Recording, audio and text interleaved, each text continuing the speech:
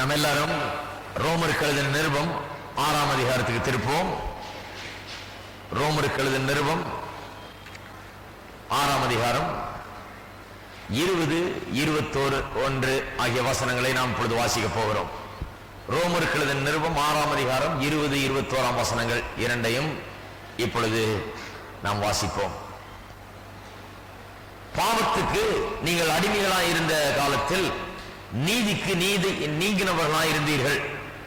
இப்பொழுது உங்களுக்கு வெட்கமாக தோன்றுகிற காரியங்களினாலே அக்காலத்தில் உங்களுக்கு என்ன பலன் கிடைத்தது? அவைகளின் முடிவு மரணமே. போன வாரத்திலே நாம் 19ஆம் வசனத்தை நாம் பார்த்தோம். 2வது பகுதியை, நீங்கள் உங்கள் அவயவங்களை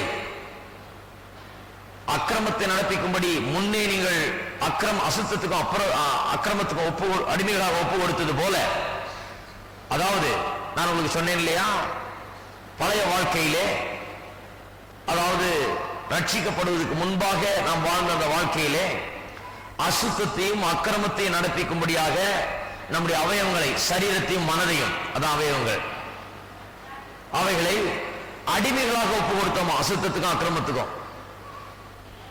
நான் உங்களுக்கு உதாரணம் சொன்னேன், எப்படி பாவிகள் எப்படி பாவம் செய்கிறார்கள் என்று, எவ்வளவு ஆர்வத்தோடு செய்கிறார்கள், எவ்வளவு அது தங்களுடைய பணம், தங்களுடைய பலன், தங்களுடைய நேரம், தங்களுடைய எல்லாவற்றையும் அதற்காக செலவழித்து அவர்கள் மிகுந்த பிரயாசத்தோடு அப்படி செய்கிறார்கள். அந்த விதத்திலேயே இப்பொழுது, அதே விதத்தில் இப்பொழுது பரிசுத்தமானதை நடப்பிக்கும்படி உங்கள் அவைகளை நீதி கருமையாக ஒப்புக்கொள்ளுங்கள் என்று அப்போஸ்தலனாகிய பவுல் சொல்லுகிறார். பாவிகளாக வாழ்ந்த போது எவ்வளவு உற்சாகமா பாவம் செய்தமோ அதே விதமாக இப்பொழுது பரிசுத்தவான்களாக வாழும்போது அவ்வளவு உற்சாகத்தோட நாம், அவ்வளவு பிரயாசத்தோட நாம் கர்த்தருக்காக வாழ வேண்டும். பாவிகளாக வாழ்ந்த போது நாளெல்லாம் வேலை செய்துட்டு ராத்திரி எல்லாம் ஊர் சுத்துவாங்க. ராத்திரி 1 மணி 2 மணி ஆயிரம் வீட்டுக்கு வந்து படுக்கிறதுக்கு, அங்கேயும் இங்கேயும் அலைஞ்சு திரிஞ்சு நேரத்தையும் பணத்தையும் அதையும் இதையும் செலவழிச்சு ஆட்டம் போட்டு ஆடி ஓஞ்சி 2 மணிக்கு வந்து படுத்து திருப்பி காலையில 7 மணிக்கெல்லாம் எந்திரிச்சு 8 மணி 9 மணிக்கெல்லாம் வேலையில இருக்கிறாங்க. அவ்வளவு கரா. ரட்சிக்கப்பட்டவனே எப்படியும் அந்த ஆர்வம் போயிடுது, ரட்சிக்கப்பட்டவன அந்த தீவிரம் போயிடுது. இப்ப வந்து சாயந்தரம் 12 மணி ஆயிடுச்சு படுக்கிறதுக்கு, அதனால தான் நாளைக்கு அடுத்த நாள் கோயிலுக்கு வரலன்றாங்க. இப்ப கொஞ்சம் அசௌகரியம், கொஞ்சம் வசதி குறைவு ஏற்பட்டாலே அவர்கள் கர்த்தருடைய காரியத்தை தள்ளி போட்டுறாங்க. அந்த அளவுக்கு உற்சாகத்தை காண்பிப்பதில்லை. முன்ன காசை பாக்கெட்ல வச்சுக்கிட்டு தண்ணியா செலவழிப்பாங்க. இப்படி எடுத்து இப்படின்றது, இப்படிங்கிறது, போற வர்றதெல்லாம் 100 எடுத்து இப்படிங்கிறது. பரவாயில்ல, பஸ் இல்லையே ஆட்டோல போவோம், ஆட்டோ கிடைக்கல டாக்ஸி, எப்படியாவது போய் சேர்ந்துடுறது, சீக்கிரம் போய் சேரணும். சினிமாவுக்கு போறவங்கள பாருங்க, கிளம்பி எல்லாரையும் கிளப்பி, கோயிலுக்கு வர்றப்ப குடும்பத்தை கிளப்ப முடியாதவங்க சினிமாவுக்கு போன காலத்தில் எப்படி கிளப்பினாங்க? கிளம்புறியா இல்லையா சீக்கிரம் அப்படின்னு சொல்லி கிளப்பி தரத்தரன்னு இழுத்துக்கிட்டு வந்து பஸ்லயோ ஆட்டோலயோ எதுலயோ ஒரு ஏற்றி, இல்ல நடையா நடந்து ஒரு நாள் ராத்திரி எங்கேயோ ஊர்ல இருந்து வர்றோம், ரைட்டு 12 மணிக்கு மேல வந்துகிட்டு இருக்கிறேன். ரோட்ல ஜனங்க குழந்தைய தூக்கிட்டு, பெண்கள் நைட் ஷோக்கு போயிட்டு குழந்தைய தூக்கிட்டு போறாங்க. இப்படி கேக்குதா?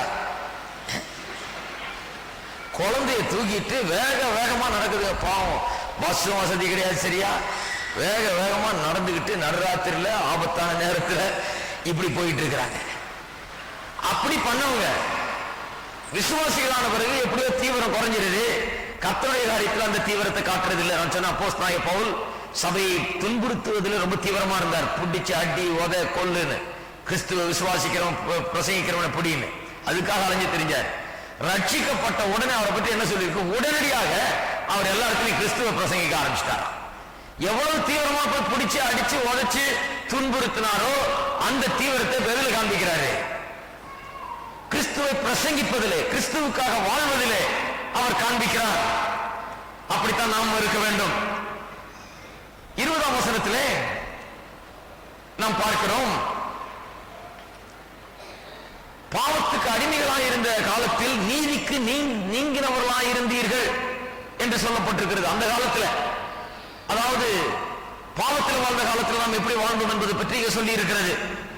பாவத்துக்கு அடிமைகளாக இருந்த காலத்தில் ஏன் அதை சொல்லுகிறது என்றால், புதிய ஏற்பாட்டில் பரிசுத்தத்தை குறித்து போதிக்கும் போது 6ஆம் அதிகாரம் பரிசுத்தத்தை குறித்த அதிகாரம், பரிசுத்தத்தை குறித்து போதிக்கும் போது சில சத்தியங்களை அடிப்படையாக வைத்துதான் பரிசுத்தத்தை போதிக்கிறார்கள். ஏனென்றால் இந்த சத்தியங்களை அறிந்திருந்தால் பரிசுத்த வாழ்க்கையில் நடக்க அது நம்ம ஏவுகிறது, அதை நம்ம உந்தி தள்ளுகிறது.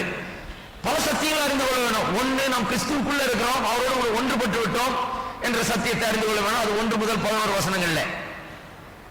அதை அறிந்து கொண்டால் மட்டும் போதாது, நாம் பழைய வாழ்க்கையிலே அந்த வாழ்க்கை எப்படிப்பட்டதா இருந்தது, அந்த வாழ்க்கை எவ்வளவு கேவலமா இருந்தது, எவ்வளவு மோசமா இருந்தது, அதுல எவ்வளவு தீமைகள் இருந்தது என்பதை நாம் அறியும் போது இனி நாம் பாவம் செய்ய அல்லது பழைய வாழ்க்கைக்கு திரும்ப முற்பட மாட்டோம். அதை குறித்த பழைய வாழ்க்கை எப்படிப்பட்டதா இருந்தது என்பதை குறித்து வேதத்திலிருந்து அறியும் போது, பழைய வாழ்க்கை எப்படி இருக்குன்னு நமக்கே தெரியும் இருந்ததுன்னு. அப்படி பார்த்தா போது அது வேதம் என்ன சொல்லுது அதை பற்றி, நம்முடைய பழைய வாழ்க்கை வேதம் எப்படி சித்தரிக்கிறது என்பதை கண்டால், அதை புரிந்து கொண்டால் அந்த பழைய வாழ்க்கைக்கு ஒருபோது திரும்ப மாட்டோம். பழைய வாழ்க்கை குறித்து இந்த 20-21 வசனங்களில் 2 காரியத்தை சொல்லுகிறார் அப்போஸ்தலனாகிய பவுல். அந்த 2 காரியத்தை தான் இன்றைக்கு போதிக்க போகிறேன். ஒன்று, அந்த பழைய வாழ்க்கையில நமக்கு இருந்த நிலைமை, நம்முடைய வாழ்க்கையின் நிலைமை எப்படி இருந்தது, what was our state or condition, என்ன கண்டிஷன்ல இருந்தோம், என்ன நிலைமையில நாம் இருந்தோம், அதை முதல்ல சொல்றாரு. இரண்டாவது, அந்த வாழ்க்கையை ரொம்ப விவரமாய் சித்தரித்து அவர் இங்கே கூறுகிறார். அந்த வாழ்க்கை எப்படிப்பட்டது என்பது, அதனுடைய குணாதிசயங்களை, அது எவ்வகையான வாழ்க்கையா இருந்தது என்பதை சித்தரித்து கூறுகிறார். அப்ப 20ஆம் வசனத்திலே பழைய வாழ்க்கையில நாம் என்ன கண்டிஷன், என்ன what was our state and condition, என்ன நிலையிலே இருந்தோம் என்பதை குறித்து முதலாக நாம் பார்ப்போம். அதன் பிறகு அதை அவர் சித்தரிக்கிற விதத்தை காண்போம். இதன் மூலமாக பழைய வாழ்க்கை எப்படிப்பட்டது என்பதை வேதம் சொல்லுகிறது, வேதம் என்ன சொல்லுகிறது என்பதை பார்ப்போம். அப்பொழுது அதற்கு திரும்பவே மாட்டோம். இப்படிதான் பரிசுத்தத்தை குறித்து வேதம் போதிக்கிறது. பாருங்க, பழைய வாழ்க்கையை குறித்து அதில் நாம் இருந்த நிலையை குறித்து 2 காரியங்கள் சொல்லுகிறார். ஒன்று, நாம் பாவத்துக்கு அடிமைகளாக இருந்தோம் என்று சொல்லுகிறார். இன்னொன்று, நீதிக்கு நீங்களாகி இருந்தோம் என்று சொல்லுகிறார். பாவத்துக்கு அடிமைகளாக இருந்தோம் என்பதை ஏற்கனவே நான் பல வாரங்களாக விளக்கி இருக்கிறேன். அது நமக்கு விளங்குகிறது. பாவத்துக்கு அடிமைகள், பாவிகள் எல்லாரும் பாவத்துக்கு அடிமைகள். பாவிகள் சொன்னா அவங்க மோசமான ஆட்கள் அப்படின்னு கிடையாது. கிறிஸ்துவற்றவர்கள், கிறிஸ்துவுக்குள் இல்லாதவர்கள், கிறிஸ்துவின் மேல விசுவாசத்தை வைத்து ரட்சிக்கப்படாத அனைவரும், அவர்கள் யாவரும் பாவத்துக்கு அடிமைகளாக இருக்கிறார்கள். ஆங்கிலத்தில் பார்த்தா சர்வன்ட் வரீங்க, சர்வன்ட் கிடையாது, ஸ்லேவ், வேலைக்காரன் கிடையாது. பாவத்துக்கு வேலை செய்து கொண்டில்ல, பாவத்துக்கு சேவை செய்து கொண்டில்ல, நாம் பாவத்துக்கு அடிமைகளாக இருந்தோம்.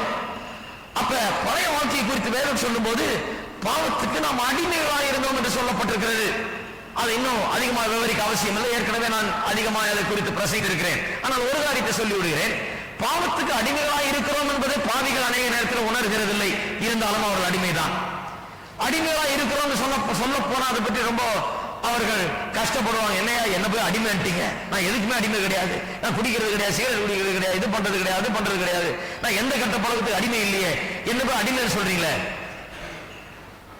பாவத்துக்கு அடிமை என்று வேதம் சொல்லுகிறது. பாவத்துக்கு என்று சொன்னால் அந்த பாவத்தின் வல்லமைக்கும் அதிகாரத்துக்கும் ஆளுகைக்கும் அடிமைகளாக இருந்தார்கள் அவர்கள். அப்படிப்பட்டவர்களாக இருந்தார்கள். அப்படி எல்லாரும் பாவத்துக்கு அடிமைகளாக இருக்கிறார்கள். அதுதான் நம்முடைய பழைய வாழ்க்கையின் நம்முடைய நிலை. அந்த நிலையை குறித்து சொல்லப்பட்ட 2வது காரியம் என்ன, நீதிக்கு நீங்கினவர்களாக இருந்தோம். இதுதான் இப்ப ரொம்ப கவனிக்க வேண்டியதா இருக்கு. இதை நான் விளக்க வேண்டியதா இருக்கு. நீதிக்கு நீங்கினவர்களாக இருந்தோம். நீதிக்கு நீங்கினவர்கள் என்று சொன்னால் எந்த அர்த்தத்தில் சொல்லப்பட்டிருக்கிறது? பாவத்துக்கு அடிமைகளாக இருந்தபடினாலே நீதிக்கு நீங்கினவர்களாக இருந்தோம். இன்னொரு வார்த்தையில் சொல்ல போனால், பாவத்துக்கு அடிமைகளாக இருந்தபடினாலே நாம் நீதிக்கு அடிமைகளாக இருக்கவில்லை. பாவத்தினால் ஆட்கொள்ளப்பட்டு, பாவத்தினால் நடத்தப்பட்டு, பாவத்தினால் ஆளுகை செய்யப்பட்டு, அதனுடைய வல்லமைக்கும் அதிகாரத்துக்கும் கீழே வாழ்ந்ததினாலே நாம் நீதியினால் நடத்தப்பட்டு, நீதியின் அதிகாரத்தின் வல்லமைக்கு கீழே நாம் வாழவில்லை. அதைத்தான் நீதிக்கு நீங்களாகி இருந்தோம் என்று சொல்லப்பட்டிருக்கிறது. பாருங்க, நாம் ஏதோ ஒன்றுக்கு அடிமையா இருக்கிறோம். ஒண்ணு பாவத்துக்கு அடிமையா இருக்கிறோம், இல்லைன்னா நீதிக்கு அடிமையா இருக்கிறோம். ஒவ்வொரு மனுஷனும் இந்த உலகத்துல இந்த ரெண்டுல ஒன்றுக்கு அடிமையா இருக்கிறான், பாவத்துக்கு அல்லது நீதிக்கு. நான் அடிமையே இல்லைன்னு எந்த மனுஷனை சொல்ல முடியாது. விசுவாசி நீதிக்கு அடிமையா இருக்கிறார், அவிசுவாசி பாவத்துக்கு அடிமையா இருக்கிறார். எல்லா மனுஷரும் இந்த உலகத்தில் விசுவாசியா இருந்தாலும் சரி அவிசுவாசியா இருந்தாலும் சரி, அவர்கள் எல்லாரும் ஒரு விதத்தில் அடிமைகளா இருக்கிறார்கள். ஒண்ணு பாவத்துக்கு அல்லது நீதிக்கு. ரெண்டுத்துக்கும் ஒரே நேரத்தில் அடிமையா இருக்க முடியாது. அப்ப நீங்க விசுவாசியா இருந்தா நீதிக்கு அடிமையா இருக்கிறீங்க, பாவத்துக்கு அடிமையா இருக்க முடியுமா? முடியாது. சில விசுவாசிங்க பாருங்க, இதை தலையில புரிஞ்சு வச்சுக்கிட்டு இருக்கிறாங்க. சில விசுவாசி இன்னும் அந்த பழைய பாஷையை தான் பேசிட்டு இருக்காங்க. ஐயா எனக்கா ஜெபம் பண்ணுங்க, நான் பாவத்துக்கு என்ன அடிமையா இருக்கிறேன். நீங்க பாவத்துக்கு அடிமை இல்லைன்றீங்க, என்ன அறிவு என்னைக்கு வருதோ அன்னைக்குதான் பாவத்துக்கு மேல ஜெயத்தை பெற போகிறீர்கள். விசுவாசிகள் பாருங்க இந்த வகையில மாறணும். இதனாலதான் இதை போதிக்கிறேன் நான்.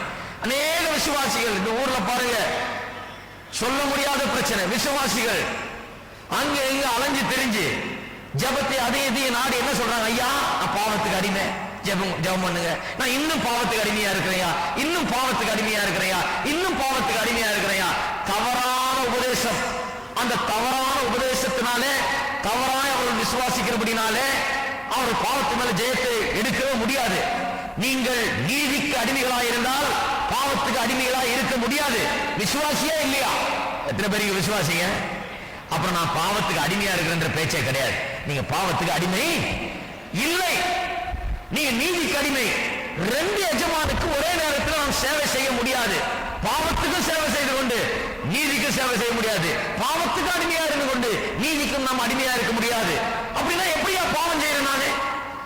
எப்படி சில நேரத்தில் நான் பாவத்துல விழுந்துடுறேன், பாவத்தை செய்யறேன்?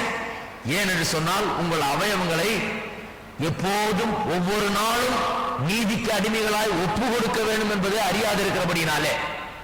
இருக்கிறீங்களா?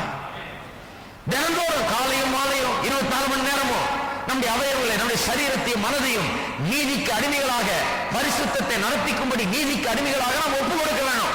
நிறைய பேர் ஏன் பாவ ஜீவியத்தை ஜீவிக்கிறாங்க? விசுவாசிகள் ஆன பிறகும் நீதிக்கு அடிமைகளான பிறகும் பாவ ஜீவியத்தை ஏன் ஜீவிக்கிறார்கள்? பாவம் ஏன் அவர்களை இன்னும் அவர்கள் ஆட்டி படைக்குதுன்னா, அவர் பாவத்துக்கு அடிமையா இருக்கிறபடினால அல்ல. அவர்கள் ஏதோ ஒரு நாள் ஒப்பு கொடுத்தாங்க, அதோட சரி. தினந்தோறும் ஒப்பு கொடுக்கிறது கிடையாது. இருக்கிறீங்களா?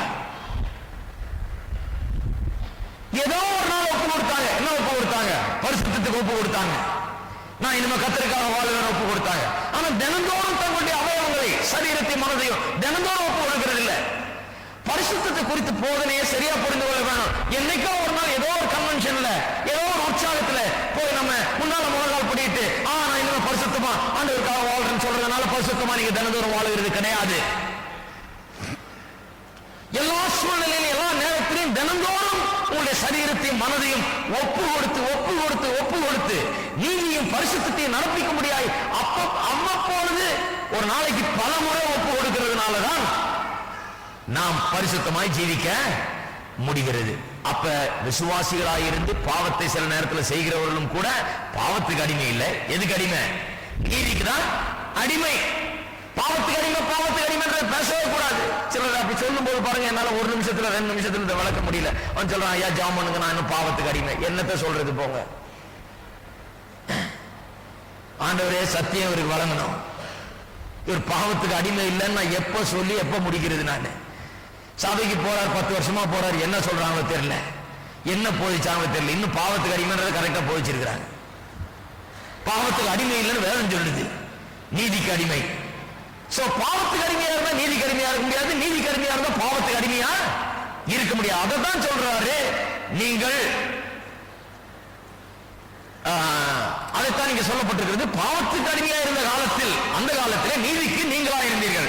அப்ப பாவத்துக்கு அடிமையா இருந்தபடினால நீதிக்கு நீங்கள் அடிமையாக இல்லை என்று சொல்லுகிறார். இதை சொல்லும் போது ஒரு பிரச்சனை எழும்புகிறது. என்ன? கிறிஸ்துவுக்குள்ள இல்லாத எல்லாருமே பாவத்துக்கு அடிமைகளாக இருக்கிறார்கள் என்று இந்த வேதவசனம் சொல்லுகிறதே. அப்படியானால் நல்ல ஒழுக்கமாக சன்மார்க்க நெறிகளின்படி வாழுகிற நல்ல மக்கள் அவர்களும் கூடவா பாவத்துக்கு அடிமைகளாக இருக்கிறார்கள்? அவர்களை நீதிமான் என்று சொல்லக்கூடாதா? எவ்வளவு ஒழுக்கமா வாழ்றாரு, அவர் என்ன பண்ணாரு, என்ன தீமை செய்தாரு, அவர் யாருக்காவது ஏதாவது தப்பு செய்திருக்காரா? அப்பேற்பட்ட ஆளை போய் நம்ம பாவத்துக்கு அடிமைன்னு சொல்லலாமா? அவரை நீதிமான்னு சொல்லலாம் இல்லையா அப்படின்னு கேட்கிறார்கள் அநேகர். சொல்லுகிறேன், ஏன் தேவனுடைய பார்வையில் அவர் நீதிமான் அல்ல, அவர் பாவி என்பதை வேதம் சொல்லுகிறது என்பதை இங்க விளக்க நாம் கடமைப்பட்டிருக்கிறோம். முதலாவது, இப்படி நல்ல ஒழுக்க சன்மார்க்க நெறியுடன் வாழ்கிற உலகத்தின் பார்வையில் அருமையான மனிதர்கள் உலகம் சொல்லுகிறபடி நீதிமான் என்று ஒருவேளை இருக்கலாம், உலகத்தின் அளவின்படி, உலகத்தின் ஸ்டாண்டர்ட் படி. ஆனா தேவன் கற்பிக்கிற நீதி வேற, இங்க நீதியின் சொல்லி இருக்கிறது வேற. நீதிக்கு நீங்கிறவளா இருக்கிறீர்கள் என்று சொல்வது தேவனுடைய நீதியை குறிக்கிறது ஒழிய உலக பிரகாரமா ஒரு நீதிமானா நல்ல முறையில் வாழுகிறது இங்க சொல்லவில்லை. ஆகையால ஒரு மனுஷன் உலகத்திலே ஒரு நல்ல மனுஷனாக யோக்கியமாக வாழலாம், ஆனால் அவன் தேவனுடைய பார்வையிலே யோக்கியமற்றவனாக, அசுத்தனாக, பாவியாக காணப்படுகிறான். இதுதான் வேத வசனத்தின் உண்மை. ஏன்னா உலகம் ஒரு விதமா மனுஷனை நியாயம் இருக்குது, தேவன் இன்னொரு விதமா அவனை நியாயம் இருக்கிறார். உலகம் அவன் வெளியே செய்யற தர்மங்களையும் வெளியே செய்யற நற்கிரியையும் பார்த்து அவன் நல்ல மனுஷன் இப்படி செய்யறார். தேவன் உள்ள பார்க்கிறார். இன்னொரு காரணம் என்ன? இவர்கள் எல்லாம் ஏன் நீதிமான் அல்ல என்று சொல்லுகிறோம்? இப்படி உலக பிரகாரமான நல்லவர்களை நீதிமான் அல்ல என்று நாம் ஏன் சொல்லுகிறோம்? அவர்கள் எதனால் ஆட்கொள்ளப்படுகிறார்கள்? எது அவர்களை நடத்துகிறது? அவருடைய சொந்த எண்ணங்கள், அவருடைய சொந்த தத்துவம், அவருடைய சொந்த ஐடியாஸ், இதுதான் அவருடைய வாழ்க்கைக்கு உந்துதலா இருக்கிறது. அவங்க இப்படி நினைக்கிறாங்க, இப்படி வாழ்ந்தா அப்படி நல்லது, இப்படி இருந்தா அப்படி நல்லது, இப்படி நாம் செய்யணும், இப்படி இருக்கணும், இதுதான் என்னுடைய வாழ்க்கையின் கொள்கை என்று சொல்லி சில கொள்கைகளை தத்துவமாக அவர்கள் ஏற்றுக்கொண்டு அதன்படி வாழுகிறார்கள். ஆனா கடைசியில பார்த்தா இந்த கொள்கையெல்லாம் அவர்கள் ஆளுகிறது கிடையாது. பிசாசே பாவத்தின் மூலமாய் ஒவ்வொரு மனுஷனையும் ஆண்டு கொண்டிருக்கிறான் என்று வேதம் சொல்லுகிறது. ஆனால் விசுவாசி ஏதோ இதெல்லாம் என்னுடைய கொள்கை அப்படின்னு வாழுகிறது கிடையாது. விசுவாசி நீதியினால் ஆளப்படுகிறான், நீதியினால் நடத்தப்படுகிறான். தேவ நீதி அவனுக்குள்ள இருக்கிறது, அவனுக்குள்ள ஒரு புதுவிதமான வல்லமை இருக்கிறது. அவனுடைய புது ஆளுகைக்குள்ளாக இருக்கிறான், அரசாட்சிக்குள்ளாக இருக்கிறான், அதிகாரத்துக்குள்ளாக இருக்கிறான், அவன் புதிய ராஜ்யத்தில் இருக்கிறான். இதுதான் தேவனுடைய பிள்ளைக்கும் தேவனுடைய பிள்ளை அல்லாத நல்லவர்களா இருக்கட்டும் கெட்டவர்களா இருக்கட்டும் அவர்களுக்கு வித்தியாசம். பாருங்க, இன்னொரு காரியம், இப்படி சன்மார்க்க நெறியிலே ஒழுக்கத்தோடு வாழுகிற நல்ல மனுஷர்கள் அவர்களை போய் சொல்லாமா நாம் பாவத்துக்கு அடிமைன்னு சொல்லி அவெல்லாம் நல்ல நீதிமான்களாச்சே? கிடையாது. ஏனென்றால் அவர்களுக்கு இருக்கிறதெல்லாம் தங்களுடைய அந்த மொராலிட்டியும் குட்னஸும் தான், தங்களுடைய நீதியும் நியாயம் தான், தங்களுடைய நற்கிரியைகளும் தங்களுடைய தர்மமும் தங்களுடைய புண்ணியங்களும் இதுதான் அவர்களுக்கு இருக்கிறது. ஆனால் தேவனுடைய நீதி அவர்களுக்கு கிடையாது. தேவனுடைய நீதி என்றது சுத்தமா வேற. பவுல் அப்போஸ்தலன் பாருங்க, உலகத்து நியாயத்தின்படி அவன் பெரிய சன்மார்க்க நெறியில ஒழுக்கமாய் வாழ்ந்தவன், பரிசேயனாய் இருந்தவன். அவன் சொல்றான் அதெல்லாம் குப்பைன்னு சொல்லுகிறான். தேவனுக்கு முன்பாக அதெல்லாம் குப்பை. வேதவசனம் சொல்லுகிறது நம்முடைய நீதி தேவனுடைய பார்வையில் அழுக்கும் கந்தயமா இருக்கிறது என்று சொல்லி. நம்முடைய புண்ணியங்கள், நம்முடைய சன்மார்க்க நெறி, நம்முடைய ஒழுக்கம் இதெல்லாம் உலக பார்வையில் அது மேன்மையை சொல்லலாம், ஆனா தேவனுடைய பார்வையிலே அது அழுக்கும் கந்தயமா இருக்கிறது என்று வேதவசனம் சொல்லுகிறது. பிலிப்பியர் 3ஆம் அதிகாரத்துக்கு திருப்போம். இங்க பவுல் அப்போஸ்தலன் சொல்லுவதை பார்ப்போம். பிலிப்பியர் 3ஆம் அதிகாரம் 7-8 வசனங்கள். ஆகிலும் எனக்கு லாபமாய் இருந்தவைகள் எவைகளோ அவைகளை கிறிஸ்துவுக்காக நஷ்டம் என்று எண்ணினேன். அது மாத்திரமல்ல, கிறிஸ்து இயேசுவை அறிகிற அறிவின் மேன்மைக்காக எல்லாவற்றையும் நஷ்டம் என்று எண்ணிக்கொண்டிருக்கிறேன்.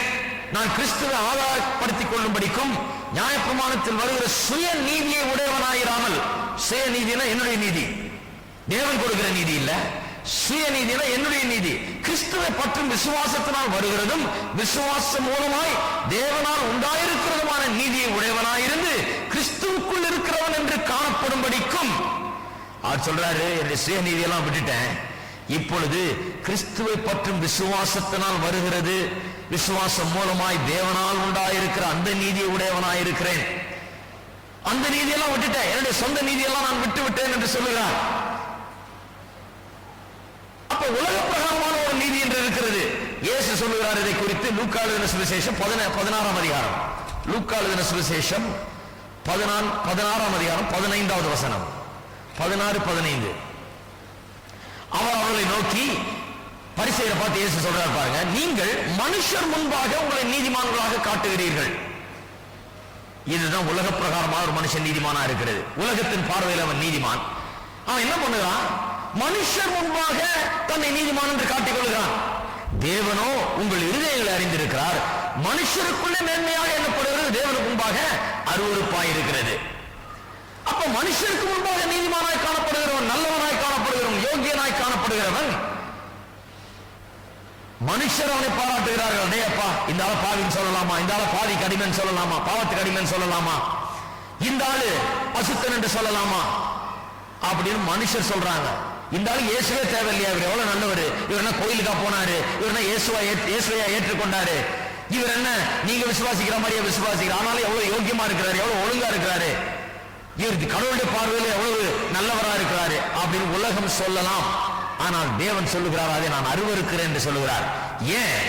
உண்மையாகவே தேவனுடைய நீதியை பற்றி அறிந்தவன் தன்னுடைய சுய நீதி எவ்வளவு குப்பை என்பதை உணர்ந்தே தீருவான்.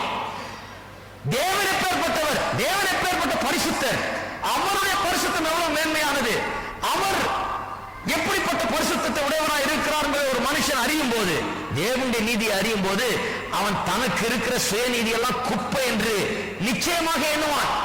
அது மட்டுமல்ல, தேவனுடைய நீதியை அறிந்த மனுஷன் அவன் அந்த நீதியை பசியோடு தாகத்தோடு அதை நாடுவான். அவன் என்ன சொல்லுவான்? ஐயோ, எனக்கு இருக்கிறது பத்தாது, நான் எவ்வளவுதான் இருக்கு, ஆனால் கர்த்தர் எதிர்பார்க்கிறதும் நான் இருக்கிறதும் எவ்வளவு தூரம் ஏணி வச்சாலும் எட்டாது, எனக்கு அது தேவை, அந்த தேவனுடைய நீதி தேவை எனக்கு என்று அவன் பசியோடு தாகத்தோடு அந்த தேவனுடைய நீதியை நாடுவான். இந்த ரெண்டையும், இந்த ஒழுங்கா யோக்கியமா சன்மார்க்க நெறியில வாழுகிற ஜனங்கள் இந்த ரெண்டையும் செய்கிறது கிடையாது. நீங்க பாருங்க, தர்மம் செய்வாங்க, புண்ணியம் செய்வாங்க, எல்லாம் செய்வாங்க.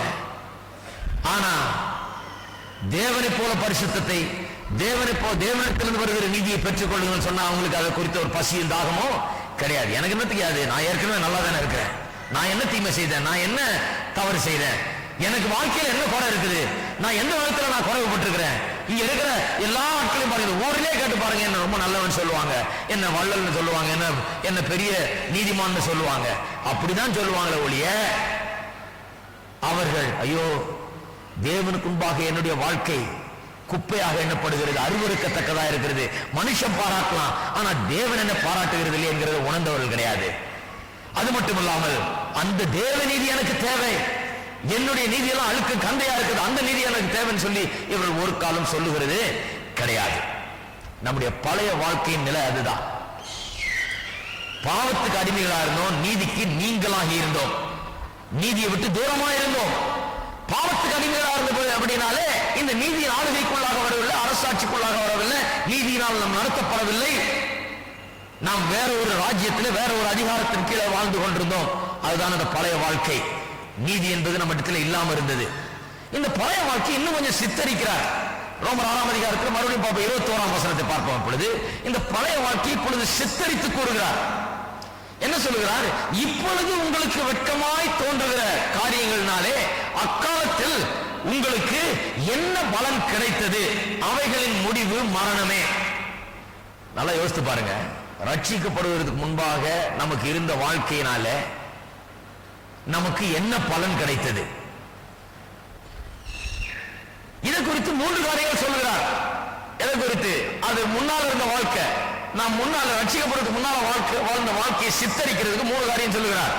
ஒன்று, அதை பற்றி அவர் என்ன சொல்லுகிறார்? அது கனி இல்லாத வாழ்க்கை, பயனில்லாத வாழ்க்கை. அப்படி சொல்லிடுவோம், பயனில்லாத வாழ்க்கை. பயனில்லாத வாழ்க்கை கொஞ்சம் யோசித்து பார்க்க வேணும், எந்த விதத்தில் அது பயனில்லாத வாழ்க்கை என்று. பிரசங்கியின் புஸ்தகம் திருப்பவும் ஒரு சில வசனங்களை வாசிக்க விரும்புகிறேன். பெரிய ஞானி, அவர் உலகத்துல எல்லாத்தையும் ட்ரை பண்ணிட்டார். அன்னைக்கு கூட ஒருத்தர் வந்து கேள்வி கேட்டார் என்ன சபையில, என்னையா எல்லாம் மாயே மாயே மாயன்ட்டார் அவரு. அப்ப இதெல்லாம் மாய இல்லையா? அப்படி நான் சொன்ன, பிரசங்கிய வாசிக்கும் போது கொஞ்சம் ஜாகிரதையா இருங்க. பிரசங்கிய வந்து வாசித்துட்டு எல்லாம் மாய எல்லாம் மாய, வாழ்க்கைய மாய, ஆவிக்குரிய ஜீவியம் மாய, என் வாழ்க்கையும் மாய, சபையும் மாய, தெய்வமும் மாய, ஆண்டவரும் மாய, இயேசுவும் மாய என்று போயிடக்கூடாது. இதுக்குதான் போதனை தேவை. வீட்டில் உட்காந்து நீங்க பாட்டு வாசிட்டீங்கன்னா எல்லாம் மாயின்னு சொல்லிட்டு போயிட்டே இருப்பீங்க. எல்லாம் அதெல்லாம் மாயை அல்ல. இவர் என்ன பண்ணாரு? பெரிய ஞானி.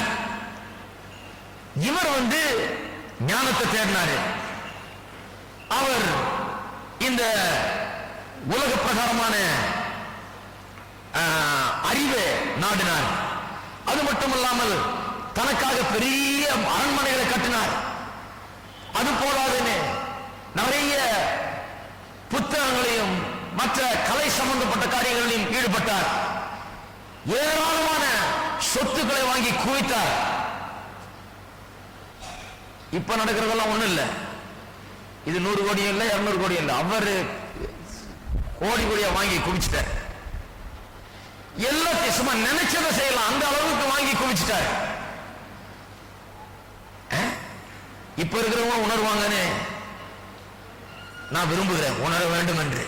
எல்லாத்தையும் நல்ல கவனிங்க, இந்த ஞானி எல்லாத்தையும் வாங்கி குவித்து அரண்மனைகளை கட்டி, பங்களாக்களை கட்டி, தோட்டத்தை நட்டு,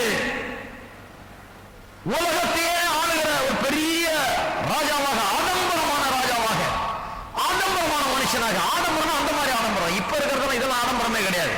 இது என்னமோ பெருசா ஆடம்பரம் ஒண்ணும் கிடையாது. இது நத்திங். இது இங்க கொஞ்சம் தங்கம், அங்க கொஞ்சம் இதுன்றதுனால அப்படி சொல்றாங்க. அதெல்லாம் ஒண்ணு இல்ல. இந்த ஆளை கேட்கணும். அவர் சொல்றாரு, நான் எல்லாத்தையும் பார்த்துட்டேன். ஞானத்தை தேடின, அறிவை தேடினேன், படிப்பை தேடினேன், கலையை தேடினேன், அதை தேடினேன், இதை தேடினேன், அழகை தேடினேன், எல்லாவற்றையும் தேடி எல்லாவற்றுக்காக அலைஞ்சு எல்லாத்தையும் சம்பாதிச்சு எல்லாத்தையும் என் வாழ்க்கையில குவித்து விட்டேன். குவித்து விட்டு ஒரு முடிவுக்கு வந்துட்டேன்னு சொல்றாரு. என்ன முடிவுக்கு வந்துட்டாரா வாழ்க்கையை பற்றி? வாசிப்போம். பிரசங்கி 1:3.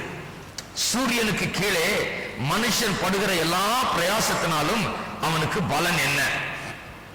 எந்த வாழ்க்கையை சொல்றாரு? கிறிஸ்துவில்லாத வாழ்க்கை, தேவனுக்கு அர்ப்பணிக்கப்படாத வாழ்க்கை, தேவனற்ற வாழ்க்கை. அதை குறித்து சொல்றார். பலன் என்ன? சூரியனுக்கு கீழே மனுஷன் படுகிற பிரயாசத்தின் பலன் என்ன? அநேக அவிசுவாசிகள் பாருங்க அப்படிதான் வாழ்ந்துட்டு இருக்காங்க. என்னையா பலன்? வாழ்க்கையை வெறுத்து போகுது, சலித்து போகுது, இது வாழ்க்கையை பிடிக்கலன்னு சொல்றாங்க. கரெக்ட், அது பிடிக்காது, அது அழுத்து போய்விடும். சில நேரத்தில் கொஞ்சம் இன்பமும் சந்தோஷமும் இருக்கிற மாதிரி இருக்கும். ஆனா கடைசியில் அது அழுத்து போகிற வாழ்க்கை, தேவனற்ற வாழ்க்கை, அதுல பயன் கிடையாது, பயனற்ற வாழ்க்கை.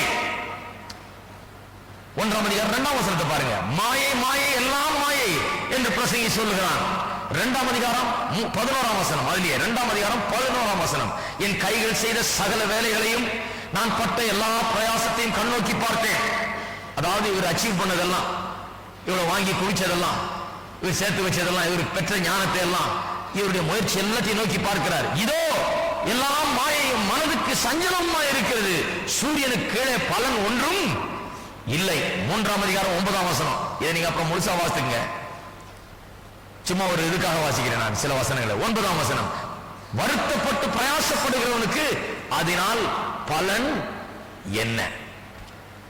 ஆக சொத்துக்களையும் அரண்மனைகளையும் படிப்பையும் அழகையும் கலையையும் எல்லாவற்றையும் அனுபவித்து எல்லாவற்றையும் ஏராளமா குவிச்சு வேண்டியதெல்லாம் வாங்கி நினைச்சதெல்லாம் எடுத்துக்கொண்டு இப்படி ஆடம்பரமாய் வாழ்ந்த ஒரு மனுஷன் சொல்லுகிறான், எல்லாம் மாயை, தேவனற்ற வாழ்க்கை, உலகத்தின் வாழ்க்கை. இந்த உலக வாழ்க்கை எல்லாம் மாயை. வாழ்க்கை மாயன்னு சொல்லல, இந்த உலக பிரகாரமாக வாழப்படுகிற வாழ்க்கை, தேவன் இல்லாமல் வாழ்கிற வாழ்க்கை. என்ன கேள்வி கேட்டார், அப்படிதான் கேட்டார். அப்ப எல்லாம் வாழ்க்கைய மாய தானே? வாழ்க்கை மாய கிடையாது. ஆண்டவரை கண்டுபிடிச்சு பாருங்க, ஆண்டவரத்தில் வந்து பாருங்க, ஆண்டவரத்தில் உங்களுடைய வாழ்க்கையை ஒப்படைச்சு பாருங்க. அதுக்கப்புறம் தான் வாழ்க்கைக்கு அர்த்தமே உண்டாகிறது. தன்னை திருப்திப்படுத்துவதற்காக எல்லாத்தையும் முயற்சி எடுத்து பார்த்துட்டு, எல்லாத்தையும் தேடி, எல்லாத்தையும் அடைஞ்சு, எல்லாத்தையும் முயற்சி பண்ணிட்டு பார்த்துட்டு கடைசியில் சொன்னார், எல்லாம் மாய, மனதுக்கு சஞ்சலமா இருக்குது, வருத்தமா இருக்குது, என்ற கையின் பிரயாசத்தை எல்லாம் பார்த்தா எல்லாம் வீண், இதுல பயனே இல்லைன்னு சொல்லுகிறார். அதைத்தான் அப்போஸ்தலனாகிய பவுல் ரோமர் 6 நமக்கு சொல்லுகிறார். அவர் என்ன சொல்லுகிறார்?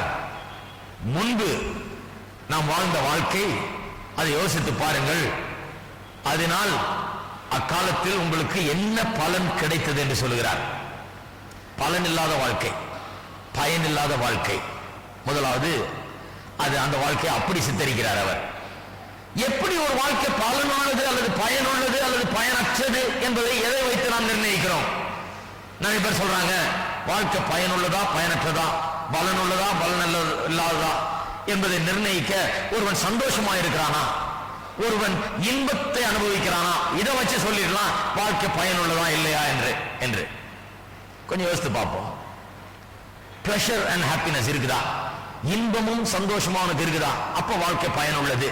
இல்லையா அல்லது இல்லை என்று சொன்னால் அந்த வாழ்க்கையில பயன் இல்லை என்று சொல்லுகிறார்கள். பாருங்க, அப்படி பார்த்தா பாவிகள்லாம் ஏன் பாவம் செய்யறாங்க?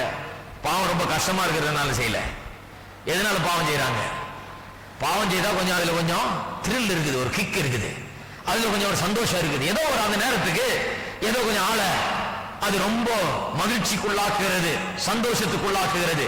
அந்த சந்தோஷத்துக்காக தான் அப்படி ஓடுறான். காலையில எல்லாம் வேலை செய்யறது, சாயந்தரம் 5 மணிக்கு வந்துட்டு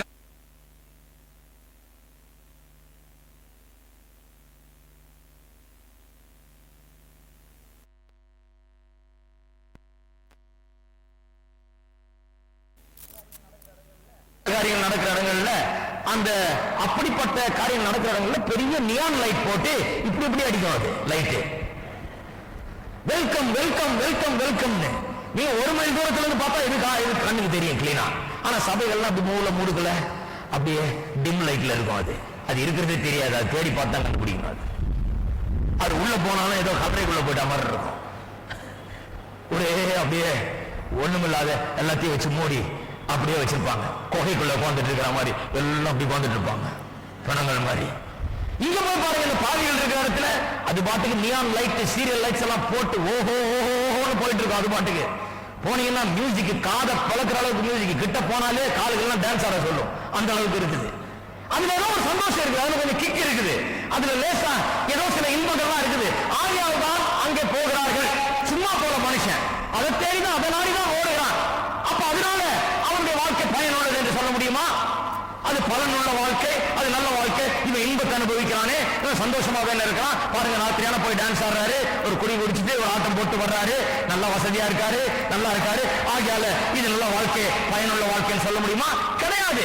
ரொம்ப சீக்கிரம் சொல்லிடக்கூடாது. அதை ஒரு 10 வருஷம் பொறுத்து கேட்டு பாருங்க, அவரை ஒரு 20 வருஷம் பொறுத்து கேட்டு பாருங்க, இல்ல ஒரு 30 வருஷம் பொறுத்து கேட்டு பாருங்க. இல்ல ஒரு டான்ஸ் எல்லாம் ஆடி ஓஞ்சி டான்ஸ் ஆடாம வீட்டுல உட்காந்து படுக்கையில படுத்துக்கிட்டு சாகர போய் கேட்டு பாருங்க, உங்க வாழ்க்கை பயனுள்ள வாழ்க்கையான அவர் சொல்லுவார், ஐயோ இதெல்லாம் மாயே, நான் ஆடினதெல்லாம் போச்சு, பாட முடியலையா, எங்கேயும் போக முடியலையே, என்னுடைய இன்பம் சந்தோஷம் எல்லாம் எங்க எல்லாம் பறந்து போச்சு. ஆடின வரைக்கும் சந்தோஷம், ஓடின வரைக்கும் சந்தோஷம், ஆட்டம் போட்ட வரைக்கும் கும்மாளம் தான். ஆனா இப்போ என்னுடைய வாழ்க்கை எனக்கு கவனிக்க ஆள் இல்ல, எனக்கு சந்தோஷம் இல்ல, எனக்கு சமாதானம் இல்ல, நான் தனிமையில் இருக்கிறேன், நான் அது இல்லாம இருக்கிறேன், இது இல்லாம இருக்கிறேன், எனக்கு சுகம் இல்ல, எனக்கு அடுத்து என்ன நடக்க போகுது, நான் செத்தா எங்க போவேன், என் வாழ்க்கை வெறுமையா இருக்கிறது என்று சொல்லுவார்கள். ஆகையால் தான் வேதம் சொல்லுகிறது, எபிரேயர் 11ஆம் அதிகாரத்திலே மோசேயை குறித்து சொல்லும் போது, அவன் இந்த pleasures of sin for a season என்று சொல்லி இருக்கிறது. அதாவது குறுகிய காலத்திலே இருக்கிற அந்த இன்பத்தை அவன் துறந்தான் என்று. குறுகிய காலத்திலே வாசிப்போம் தமிழ்ல எபிரேயர் 11, எபிரேயர் 11ஆம் அதிகாரம்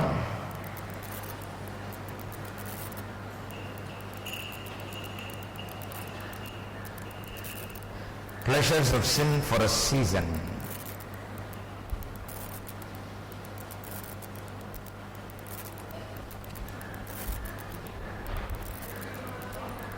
எந்த வசனம்? 25. அனித்தியமான பாருங்க, அனித்தியமான பாவ சந்தோஷங்கள், அனித்தியமான பாவ சந்தோஷங்கள். இது நித்தியம் கிடையாது. இது என்னது? அனித்தியமான பாவ சந்தோஷங்களை அனுபவிப்பதை பார்க்கிலும் தேவனுடைய ஜனங்களுடைய துன்பத்தை அனுபவிப்பதையே தெரிந்து கொண்டு, மோசே எகிப்தின் அரண்மனையையும் அந்த ராஜபோகத்தையும் விட்டு வெளியே வந்தது குறித்து சொல்லும் போது என்ன சொல்லிருக்கு? அங்க இருந்தா என்ன கிடைச்சிருக்கும்? அனித்தியமான பாவ சந்தோஷங்கள் கிடைச்சிருக்கும். அனித்தியமான என்று சொன்னால் நித்தியம் இல்லாத, என்றென்றைக்கு இருக்க போறது இல்லாது. இது ஆடுற வரைக்கும் தான், இது கொஞ்ச நாளைக்கு தான். இது அப்ப என்னமோ பெரிய த்ரில் மாதிரி இருக்கும், கொஞ்ச நாள் பொறுத்து பாத்தீங்கன்னா ஆள் வெறுத்துருவார் வாழ்க்கையே. அப்ப அதை வச்சு நாம் சொல்ல முடியாது. வெறும் ஒரு மனுஷனை எது சந்தோஷத்துக்குள்ளாக்குறது அல்லது இன்பத்துக்குள்ளாக்குறது என்பதை வைத்து இந்த வாழ்க்கை பயனுள்ள வாழ்க்கையா என்பதை நாம் நிர்ணயிக்க முடியாது. அதல்ல டெஸ்ட். உண்மையான டெஸ்ட் என்ன? எது சரியான டெஸ்ட்? நம்முடைய வாழ்க்கை, நல்லா கவனிங்க, உங்களுடைய வாழ்க்கை பயனுள்ளதா இருக்கிறதா, பலனுள்ளதா இருக்கிறதா இல்லையா என்பதற்கு சரியான சோதனை, சரியான டெஸ்ட் என்ன? சரியான டெஸ்ட் என்ன என்று சொன்னால், முதலாவது ரியல் சாட்டிஸ்பாக்சன் உங்களுடைய வாழ்க்கையில் இருக்கிறதா, உண்மையான திருப்தி உங்களுடைய வாழ்க்கையிலே ஏற்பட்டிருக்கிறதா என்பதை பார்க்க வேண்டும். உண்மையான திருப்தி. இந்த ஆடுறது, பாடுறது, போறது, இன்பத்தை அனுபவிக்கிறது, கொஞ்ச நாளைக்கு கும்மாளம், இதெல்லாம் உண்மையான திருப்தி கிடையாது. இதெல்லாம் ஒரு இது குடிச்சா அப்படி ஒரு 2 மணி நேரத்துக்கு ஏறி அப்புறம் கீழே வெப்புன்னு இறக்கிடுதோ அது மாதிரி. இது அந்த நேரத்துக்கு ஒரு ட்ரக் மாதிரி அப்படியே தூக்குதால. அமெரிக்காவில் பாருங்க, இந்த வாலிபர்கள்லாம் அந்த காலத்துல பாத்தீங்கன்னா கலர் கலரா மாத்திரை வச்சிருப்பாங்க கையில. நான் ஒன்னும் கேட்டேன், என்னையா அது கலர் கலரா இருக்குது, இவ்வளவு என்னென்ன கலர்ல விதவிதமா இருக்குது, ஏதோ விளையாட்டு வச்சிருக்கான்னு நினைச்சேன். சொல்றான், இல்ல இல்ல இந்த கலர் போட்டா இது அப்பர்னா அப்படி தூக்குதான், அப்ல போகுது. அப்படி லோவா இருக்கும்போது இதை போடணும், இதை போட்டா இது அப்பர், இது அப்படியே தூக்கிடும். சில நேரத்தில் ரொம்ப போட்டா ரொம்ப தூக்கிடுங்க, அதனால இதை போட்டு லோ ஆகணும். அதை அப்ப 4 மணிக்கு என்ன பண்றான், காலேஜுக்கு வந்துட்டு அப்பரை போட்டு தூக்குது மேல போய், அப்புறம் ரொம்ப இதாயிடுறான், அதையும் இதையும் போய் செய்யறதுக்கு ரொம்ப பேசுறது, ரொம்ப ரொம்ப ஆக்டிவ் ஆயிடுறான், ரொம்ப தூக்கிடுது. அதனால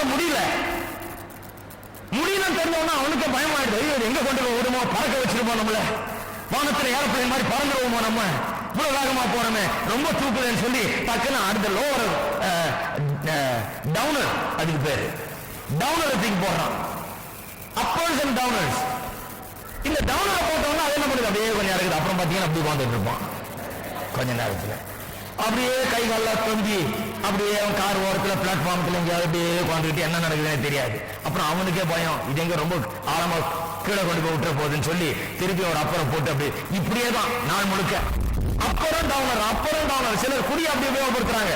குடிக்க வேண்டியது நல்ல ஒரு ஏறும், ஏறின உடனே ஒரு பெரிய அவங்களுக்கு ஒரு த்ரில், ஊர்ல பேசுறதுக்கும் போறதும் பார்க்கணும். அப்புறம் ஒரு இறங்கணும்னு அப்படியே ஆயிடுறாங்க. திருப்பி அதை போடணும், ஒரு ட்ரக் மாதிரி. அந்த விதமான சந்தோஷங்கள்லாம் அது உண்மையான திருப்தி கிடையாது. அதன் மூலமாக ஏற்படுகிற காரியம் மெய்யான திருப்தி கிடையாது. அது அந்த நேரத்துக்கு அதை பண்ணுது, அது இருக்க வரைக்கும் தான், அதுக்கு நீங்க காசு செலவழிக்கிற வரைக்கும் தான், அதெல்லாம் செய்ய முடிஞ்ச வரைக்கும் தான். அதை என்றைக்கு உங்களால் வாங்க முடியலையோ, என்றைக்கு உங்களால் போட முடியலையோ, அந்த இருக்கிற அந்த கொஞ்சம் கொஞ்சம் அனித்தியமான எதுவும் போய்விடும். அது உண்மையான மெய்யான திருப்தி ஏற்படுவது கிடையாது.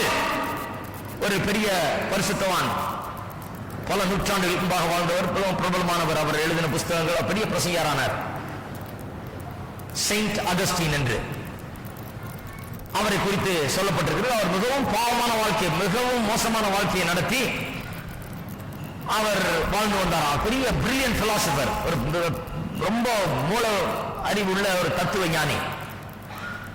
அவருடைய வாழ்க்கை மூல அறிவு ரொம்ப போயிட்டதுனால அவர் எப்படி வேணா வாழ்ந்துக்கலாம், எல்லாம் ஓகே தான் அப்படின்னு சொல்லி அந்த மாதிரி வாழ்ந்து எப்படியாவது இன்பத்தையும் சந்தோஷத்தை திருப்தியும் பெற வேண்டும் என்று முயற்சி எடுத்தாராம் செயின்ட் ஆகஸ்டின்.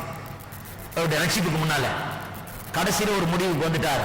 அவர் சொல்லுகிறார், God, you have made us for yourself and our hearts are restless until they find the rest in you. அவர் சொல்லுகிறார், ஆம் தேவனே, நீர் எங்களை உமக்காக உண்டாக்கினீர், உம்மை கண்டுபிடிக்கிற வரைக்கும் வாழ்க்கையிலே ஓய்வு நிம்மதி இல்லவே இல்லை, கிடைக்கவே முடியாது என்று இந்த பிரில்லியன்ட் பிலாசபர் சொன்னார்.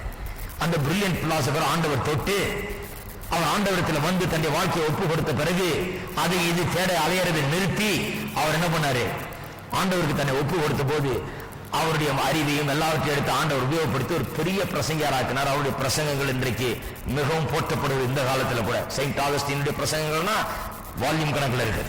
அவ்வளவாக அவர் பிரசங்கித்திருக்கிறார்.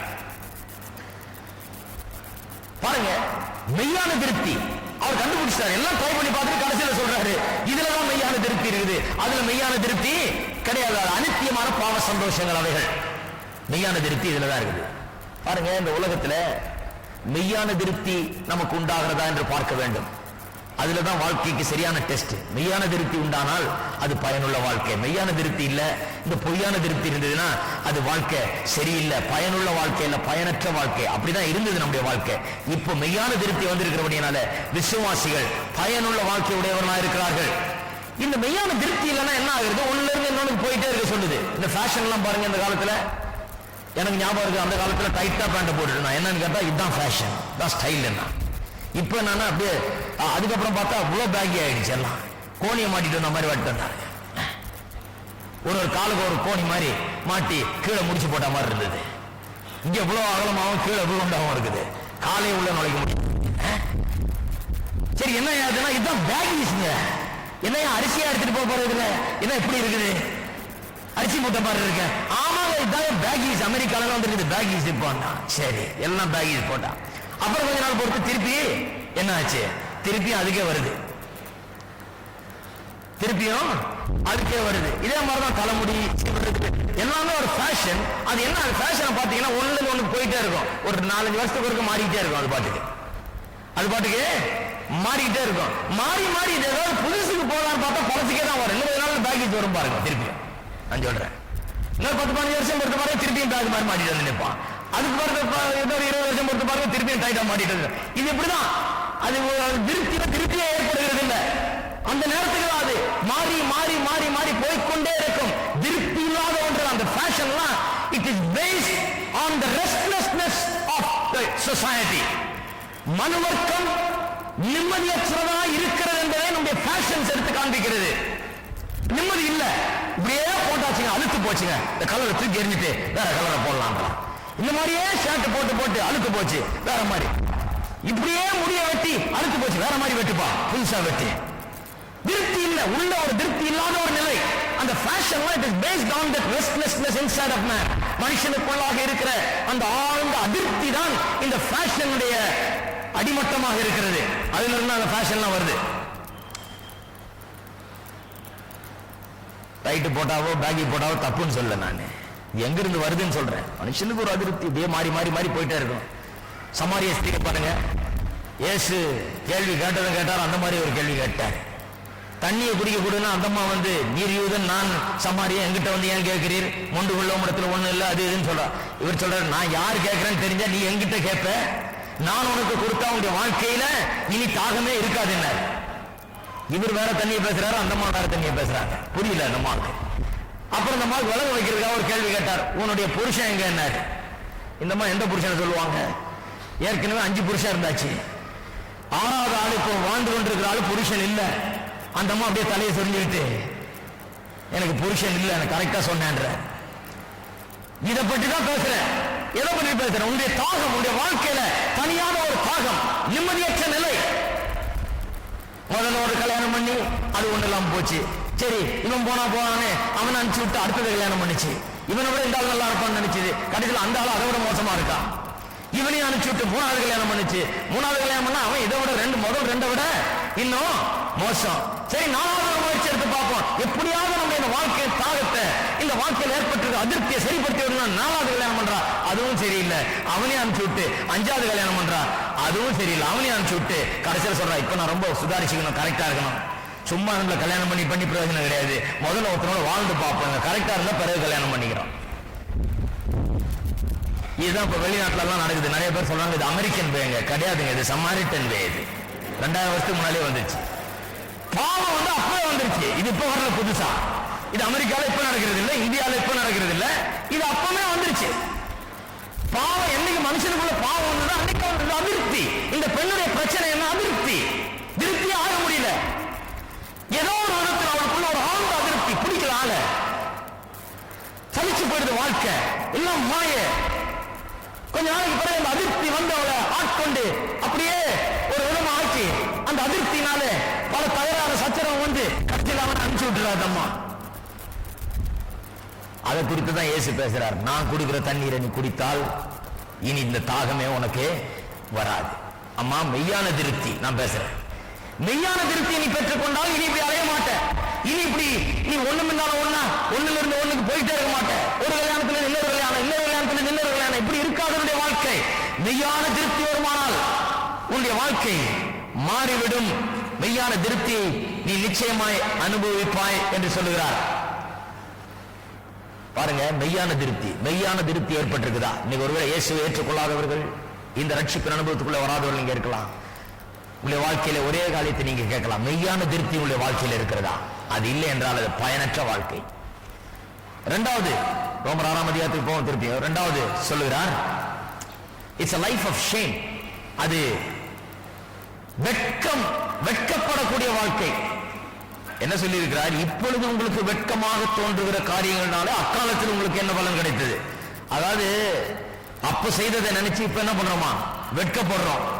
அப்படின்னா வெட்கப்படக்கூடிய வாழ்க்கை கேவலமான ஒரு வாழ்க்கையாக இருந்தது என்று சொல்லுகிறார். வெட்கப்படக்கூடிய ஒரு வாழ்க்கை. இதுக்கு முன்னால நான் இன்னொன்னு சொல்லிடுறேன். அதிருப்தி ஒரு டெஸ்ட் சொன்னேன். அதிருப்தியை வைத்து அல்லது உண்மையான திருப்தி உண்டாகிறதா என்பதை வைத்து நம்ம வாழ்க்கையை சோதித்து பார்க்கலாம், பயனுள்ளதா இல்லையா என்று. இன்னொரு டெஸ்ட் சொல்றேன். அது என்னென்றால், என்னுடைய வாழ்க்கை கட்டி எழுப்பப்படுகிறதா, என்னுடைய வாழ்க்கை என்னை வளர செய்கிறதா, என்னுடைய வாழ்க்கை ஒரு மனுஷனாக என்னை வாழும்படியாக, நல்ல முறையில் வாழும்படியாக உதவி செய்கிறதா, என்னுடைய வாழ்க்கை என்னுடைய இருதயத்தையும் மனதையும் பண்படுத்துகிறதா, அறிவை ஊட்டுகிறதா, என்னுடைய வாழ்க்கை என்னுடைய இருதயத்தை நிறைத்து சந்தோஷத்தினால் என்னுடைய இருதயத்தை அசைக்கிறதா, என்னுடைய வாழ்க்கை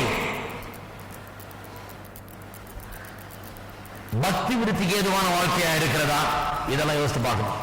இந்த வாழ்க்கை எப்படிப்பட்ட வாழ்க்கையா இருக்குது. இன்னொரு டெஸ்ட் கொடுக்கலாம், இது பயனுள்ள வாழ்க்கையா இல்லையா என்று. அது என்ன, இந்த வாழ்க்கை என்னுடைய வாழ்க்கையின் கடைசி நாட்களுக்காக எப்படி என்னை ஆயத்தப்படுத்துகிறது. நான் சொன்னேன் இல்லையா, இப்ப ஆண்டு ஆட்டம் போட்டுட்டு வயசான காலத்துல வெறுமையும் தனிமையும் அதையும் உணர்றாங்க. யோசித்து பார்க்க வேண்டும், இந்த வாழ்க்கை இப்படியே நான் வாழ்ந்து கொண்டு போனால் கடைசி வரை நான் சந்தோஷமா இருப்பேனா? போய் ஆட்டம் போடுறான், ஆட்டம் போட முடியாதப்ப உங்களுக்கு சந்தோஷம் எப்படி எங்கிருந்து வரப்போகிறது, எப்படி அது சந்தோஷம் கிட்ட போகிறது, எங்கிருந்து கிடைக்க போகிறது? ஆடுற வரைக்கும் சந்தோஷம், அப்ப ஆட முடியாத காலத்தில் எப்படி சந்தோஷம் வரும்? பிரச்சனைகள் வருகிற காலத்தில் எப்படி சந்தோஷம் வரும்? பலவிதமான சோதனைகளை சந்திக்கக்கூடிய நேரத்தில் எப்படி சந்தோஷம் வரும்? இழப்புகள் ஏற்படுகிற நேரத்தில் எப்படி சந்தோஷம் வரும்? பாருங்க, இந்த கிறிஸ்து இயேசுவின் மூலமாக உண்டாகிற மெய்யான திருப்தி ஒரு மனுஷனுக்கு உண்டானால் வாழ்க்கையின் எல்லா சூழ்நிலையிலும், எல்லா விதமான சந்தர்ப்பங்களிலும், எல்லா விதமான சோதனைகள் மத்தியிலேயும், வாழ்க்கையின் எல்லா பிரச்சனைகளை சமாளிக்கிற வேலையிலேயும் அது அந்த மனுஷனுக்கு ஆழமான திருப்தியையும் சந்தோஷத்தையும் அது கொடுக்கக்கூடியதாக இருக்கிறது. இல்லை என்றால், இந்த அனித்திய சந்தோஷங்களை அனுபவிக்க வேண்டும் என்றால் நம்முடைய பணத்தையும் நேரத்தையும் பலத்தையும் நாம் செலவழிச்சு கடைசியில பிரசங்கி சொன்னது போல எல்லாம் மாயை, எல்லாம் மாயை என்று சொல்லிட்டு தான் போனோம். ஏனென்றால் நம்முடைய பணம், பலம், நேரம் செலவழிக்கிறோம். இந்த பணம் பலம் எல்லாம் இல்லாத காலத்தில் நாம் என்ன செய்ய போகிறோம்? அப்ப எப்படி சந்தோஷம் வரப்போகிறது என்பதை சற்று சிந்தித்து பார்க்க வேண்டும். சந்தோஷம் எங்கிருந்து வருகிறது, எப்படி வருகிறது? நான் செய்கிற காரியங்களிலிருந்து வருகிறதா? இவையெல்லாம் உண்மையான சந்தோஷத்தை தருகிறதா? நான் இந்த வாழ்க்கையின் கடைசி நாட்களை நெருங்கி கொண்டிருக்கும் போது இது மாதிரி சந்தோஷமா இருக்க போறேனா? இதெல்லாம் செய்ய முடியாத காலத்தில் எனக்கு என்ன சந்தோஷம் இருக்க போகிறதா? எல்லாரும் என்னை விட்டு போய்விட்டாலும் கூட, நான் தனிமையில் இருந்தா கூட நான் சந்தோஷமா இருக்க போறேனா என்பதை யோசித்து பார்க்க வேண்டும். சரி, இப்போ இந்த லைஃப் ஆஃப் ஷேம் இரண்டாவது சொல்லுகிறார், வெட்கப்படக்கூடிய காரியம், வெட்கப்படக்கூடிய வாழ்க்கை. பாருங்க, வெட்கப்படக்கூடிய வாழ்க்கை என்று சொன்னால், ஆகையால் தான் பாருங்க, பாவிகளா இருந்த போது காரியங்களை என்ன வெளிச்சத்தில் செய்யாம இருட்டுல செய்தோம். ஆகையால் தான் நைட் லைஃப் சொல்றாங்க. நைட் லைஃப்னா ராத்திரில சுத்துறது. வெளிநாடுகள்லாம் சொல்லுவாங்க நைட் லைஃப். நைட்ல ஓஹோன்னு லைட்டை போட்டுக்கிட்டு அவங்க குடிச்சுக்கிட்டு ஆடிக்கிட்டு சுத்திக்கிட்டு இருப்பாங்க. நைட் லைஃப், அதுக்கு பேரு நைட் லைஃப். நியூயார்க், லண்டன் நீங்க எல்லாம் போனீங்கன்னா night life. Night life night லைஃப்னா ஏன் நைட் லைஃப்னா இது பகல்ல செய்ய முடியாத காரியங்கள். இதெல்லாம் வெளிச்சத்துல எல்லாரும் பார்க்கிற அளவுக்கு, எல்லாருக்கும் முன்னால கண்ணியமான நல்ல முறையில செய்ய தகாத காரியங்களை இருட்டான பிறகு சந்திலையும் பொந்திலையும் அங்கேயும் இங்கேயும் ஒளிஞ்சுக்கிட்டு, இப்படிப்பட்ட இடங்களில் பூந்துக்கிட்டு, இப்படிப்பட்ட கேவலமான காரியங்களை நடப்பிக்கிறது தான் அப்படிப்பட்ட வாழ்க்கையா இருக்கிறது. அப்படிப்பட்ட வெட்கப்படக்கூடிய காரியங்களை நாம் நம்முடைய பழைய வாழ்க்கையில செய்து வந்தோம் என்று சொல்லுகிறார். அதை நினைத்து இப்போ வெட்கப்படுகிறோம் என்று சொல்லுகிறார். அது உண்மைதான். அந்த வாழ்க்கையில் என்ன ஆகிறது? கேவலமான காரியங்களை செய்தது மட்டுமில்லாமல் கேவலமான காரியங்களை எண்ணி கேவலமான காரியங்களை நடப்பித்து வந்தோம். எண்ணத்திலேயும் நம்முடைய உணர்ச்சியிலேயும் கேவலமான காரியங்களை நாம் கொண்டிருந்தோம். இன்னும் அதை விட மோசம் என்னன்னா, அப்ப செய்துகிட்டு இருக்கும்போது அது கேவலம்ன்றது நமக்கு தெரியாம இருந்தது. அதுதான் அதை விட மோசம். செய்துகிட்டு இருக்கும்போது அப்படிப்பட்ட கேவலமான வாழ்க்கையை வாழும் போது அப்ப தெரியல இது மோசம் என்று சொல்லி. அதனால்தான் இப்ப சொல்றாரு, இப்பொழுது உங்களுக்கு வெட்கமாய் தோன்றுகிற காரியம். ஏன் அப்பொழுது வெட்கமாய் தோன்றல? மனுவர்க்கம் பாவத்தில் வாழுகிறவனுடைய அந்த நிலைமை என்ன, அதை எப்படி சித்தரிக்கிறார் பாருங்க. நிலைமை அவ்வளவு மோசமாயிடுச்சா? எவ்வளவு மோசமாயிடுச்சு? அவங்க செய்யறது வெட்கக்கேடான கேவலமான காரியம். இருந்தாலும் அந்த வெட்கம் அவர்களுக்கு வரல. அவ்வளவு வெட்கக்கேடு கேவலம் இருந்தாலும் வெட்கம் அவர்களுக்கு வரவில்லையாம். அப்ப இப்ப செய்யறதை பற்றி ஒரு வெட்கம் இல்லாமல் அப்படி செய்து கொண்டிருந்த ஆட்கள், அந்த கெட்டதை செய்யறோமே இவ்வளவு அசிங்கமானதாச்சே என்கிற அந்த வெட்கம் கூட போய்விட்டது. அந்த விதமான ஒரு வாழ்க்கை வாழ்ந்து வந்தோம். அதுதான் பழைய வாழ்க்கை. கடைசியா சொல்றாரு, அவைகளின் முடிவு மரணமே. இதான் மூணாவது வர்ணனை. முதல்ல சொல்றாரு அது பயனற்ற வாழ்க்கை, பலனற்ற வாழ்க்கை என்று, பயனே கிடையாது. இரண்டாவது சொல்றாரு வெட்கப்படக்கூடிய வாழ்க்கை. மூன்றாவது அது மரணத்துக்கு நம்மை கொண்டு செல்லக்கூடிய ஒரு வாழ்க்கையா இருந்தது. பாவம் எப்போது மரணத்தில் செல்லுகிறது. பாவத்தின் சம்பளம் மரணம் என்று வேதம் சொல்லுகிறது. மரணம் என்றால் எந்த விதத்திலே? சரீர பிரகாரமாக மட்டுமல்ல, ஆவிக்குரிய மரணம், தேவனை விட்டு பிரித்தெடுகிறது. அது மட்டுமல்லாமல் நித்திய மரணம். பாவத்திலே அப்படியே போய்கொண்டு இயேசுவை ஏற்றுக்கொள்ளாமல் கடைசி வரை வாழ்ந்து செத்தால் நித்திய மரணமாம். நித்திய மரணம் என்று சொன்னால் என்றென்றைக்கும் தேவனுடைய பிரசன்னத்திலிருந்து விலக்கி வைக்கப்பட்டவர்களாக, தூரமானவர்களாக, தேவனை காண முடியாதவர்களாக, நாம் எதற்காக சிருஷ்டிக்கப்பட்டோமோ அந்த நோக்கத்துக்காக வாழ முடியாத வெறுமையின் உலகத்திலே காலாகாலமாக நித்திய நித்தியமாக வாழ்கிறது தான் நித்திய மரணம் என்று சொல்லுகிறார்கள். நாம் எதுக்காக உண்டாக்கப்பட்டோம்? தேவனுக்காக உண்டாக்கப்பட்டோம். அந்த தேவனையே பார்க்க முடியாது, அவருக்காக வாழவும் முடியாது. அதுதான் நரகம். அந்த தேவனுடைய பிரசன்னத்தில் நுழைய முடியாது. நித்தியமாக அப்படிப்பட்ட வாழ்க்கை தான் நரகம் சொல்றாங்க. நரகத்தின் வேதனை வெறும் அக்கினியில் இல்ல, அது இந்த வேதனை. எதுக்காக உண்டாக்கப்பட்டோமோ அதனுடைய நோக்கம் நிறைவேறாமல் போகும். ஒரு வெறுமை, நித்திய வெறுமை, சலிப்பு. இப்ப பாருங்க, வாழ்க்கையில கொஞ்ச நாள் சலிக்கிறதுக்கே ஒரு மாதிரி இருக்குது. சில ஜனங்க நரகத்தில் நித்தியமாய் சலித்து வெறுத்து, வாழ்க்கையை வெறுத்து சலித்து போவார்கள். காலாகாலமாய், வருஷமாய், ஆயிரம் வருஷங்களாய் சலித்துக் கொண்டு வெறுத்து கொண்டு வாழ்வதுதான் நரகம். அப்பேற்பட்டதுதான் மரணம். அதான் நித்திய மரணம். பாவத்தின் சம்பளம் அப்படிப்பட்ட ஒரு மரணத்துக்குள் நடத்துகிறது. இயேசு ஏற்றுக்கொண்டவர்கள் அந்த மரணத்திலிருந்து நீங்களாக்கி விடுவிக்கப்பட்டிருக்கிறோம். மூன்று காரியத்தை சொல்லிட்டார். பயனற்ற வாழ்க்கை, வெட்கப்படக்கூடிய வாழ்க்கை, மரணத்துக்கு நம்மை நடத்தக்கூடிய வாழ்க்கை என்று சொல்லிவிட்டார். இப்பொழுது ஒரு காரியத்தை சொல்லி முடிக்கிறேன். இதெல்லாம் ஏன் சொல்லுகிறார்? பரிசுத்தத்தை குறித்து போதிக்கும் போது இதெல்லாம் ஏன் சொல்லுகிறார் என்று சற்று சிந்தித்து பார்க்க வேண்டும். பரிசுத்தத்தை குறித்து போதிக்கிறவரே ஏன் இப்படி பழைய வாழ்க்கை நமக்கு இப்படி இருந்தது? பழைய வாழ்க்கையில பாவத்துக்கு அடிமையா இருந்தோம், நீதிக்கு நீங்களா இருந்தோம். பழைய வாழ்க்கையில வெட்கப்படக்கூடிய காரியங்களை நாம் செய்தோம், அதனால் நமக்கு பயன் என்ன? அவைகள் முடியும் மரணம் என்று இப்படி பழைய வாழ்க்கை ஏன் வர்ணிக்கிறார்? அது எந்த விதத்திலே புதிய வாழ்க்கையை பரிசுத்தமான வாழ முடியாது நமக்கு உதவுகிறது? அதுதான் இங்கே நாம் கவனிக்க வேண்டிய முக்கியமான காரியம். பழைய வாழ்க்கை எவ்வளவு கேவலமானது, எவ்வளவு பயனற்றது, எவ்வளவு மரணத்துக்கு நம்மை தள்ளுகிறது என்பதை நாம் உணரும் போது நாம் பாவத்துக்கு நம்முடைய அவயவங்களை மறுபடி ஒப்பு கொடுக்க மாட்டோம். பாவத்துக்கு முடியாது என்று சொல்லிவிடுவோம். பாவத்தை வேண்டாம் என்று தள்ளுவோம். ஒவ்வொரு நாளும் நம்முடைய அவயவங்களை பரிசுத்தத்தை நடத்திக்கும்படி நீதிக்கு நம்மை ஒப்பு கொடுப்போம். ஏனென்றால் அந்த பழைய வாழ்க்கை நல்லா புரிஞ்சிருச்சு. அது பயனற்ற வாழ்க்கையா இருந்தது, இப்ப புரியுது. அது பயனற்ற வாழ்க்கை. வேதம் சொல்லுது அதுல பலனே கிடையாது. மாயை மாயை மாயை, எல்லாம் மாயை. அந்த மாயையிலே வாழ விருப்பமா? கிடையாது. எனக்கு அது விருப்பம் கிடையாது. அது சாக்கடை, வெட்கப்படக்கூடிய வாழ்க்கை. அந்த சாக்கடைக்கு நான் திரும்ப விரும்பவில்லை. நடத்தக்கூடிய வாழ்க்கை நான் விரும்புகிறேன். ஆகையால்தான் இந்த பழைய வாழ்க்கை எப்படி இருந்தது என்பதை வேதத்திலிருந்து புரிந்து கொண்டபடினால்தான் இப்ப அந்த பழைய வாழ்க்கையை நினைச்சாலே அலர்ஜியா இருக்கு.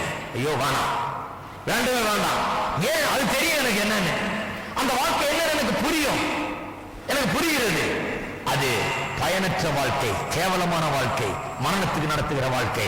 பயனற்ற வாழ்க்கை, கேவலமான வாழ்க்கை, மரணத்துக்கு நடத்துகிற வாழ்க்கை. பயனற்ற வாழ்க்கை, கேவலமான வாழ்க்கை, மரணத்துக்கு நடத்துகிற வாழ்க்கை. இதை மனதில் போட்டு பதித்து வைத்துக் கொள்ள வேண்டும். வாழ்க்கையை சிந்தித்து பார்க்கிறேன். கிறிஸ்து அல்லாத இருந்த போது உண்மையிலேயே அது பயனற்றதா இருந்தது. எனக்கே சலிச்சிருச்சு.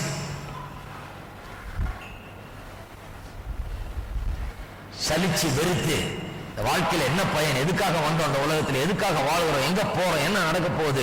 எதுக்காக வாழணும்? எதுக்காக வேலை செய்யணும்? எதுக்காக படிக்கணும்?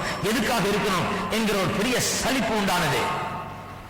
அந்த சலிப்பெல்லாம் நீங்க இப்போ வாழ்க்கையை ஒரு பெரிய நோக்கத்தோடு, லட்சியத்தோடு, ஒரு ஆசையோடு ஒவ்வொரு நாளும் எதிர்பார்த்து வாழ்ந்து கொண்டிருக்கிறேன். ஏனென்றால் இயேசு எனக்குள்ள இருக்கிறார். இப்ப பாவம் செய்யலாமா? அந்த கேள்விக்கு தான் இப்ப பதில் சொல்றாரு. ரோமர் 6ஆம் அதிகாரத்தில் ஆரம்பிச்ச உடனே கிருபை பெறுகிறது என்றால் பாவத்தை செய்யலாமான்னு ஒரு கேள்வி கேட்கிறாங்க. அவர் சொல்றாரு, இப்படி யோசித்த பாவமே செய்ய வராது. பழைய வாழ்க்கை எவ்வளவு மோசமானது என்பதை எண்ணி பார்த்தால் அது பயனற்றது, அது கேவலமானது, அது மரணத்துக்கு நடத்துகிறது என்பதை ஒரு மனுஷன் வேத வசனத்திலிருந்து புரிந்து கொண்டால் அதுக்கு திரும்பவே மாட்டான். ஆனா பாருங்க, பரிசுத்தத்தை போதிக்கும் போது இதெல்லாம் போதிக்கிறார். நிறைய பேர் நினைக்கிறாங்க பரிசுத்தம் எப்படி வருதுன்னா, எங்கேயாவது போய் ஒரு ஜெபம் பண்ணிக்கிட்டு அன்னிலிருந்து விடுதலையாகி பரிசுத்தத்துல நடந்துடுறோம். அது ரொம்ப பேருக்கு ஆசை, ஒரு மேஜிக் ஃபார்முலா மாதிரி. அது நான் பரிசுத்தமா ஜீவிக்கணுங்க, எனக்கு ஒரு ஜெபம் பண்ணுங்க. சரி, ஜெபம் பண்ணிட்டு பிறகு என்ன பண்ண போறீங்க? திருப்பி அடுத்த வாரம் வந்து பரிசுத்துக்காக ஜெயிப்பீங்க. நான் சொல்றேன் இப்ப. அப்புறம் என்ன பண்ண போறீங்க?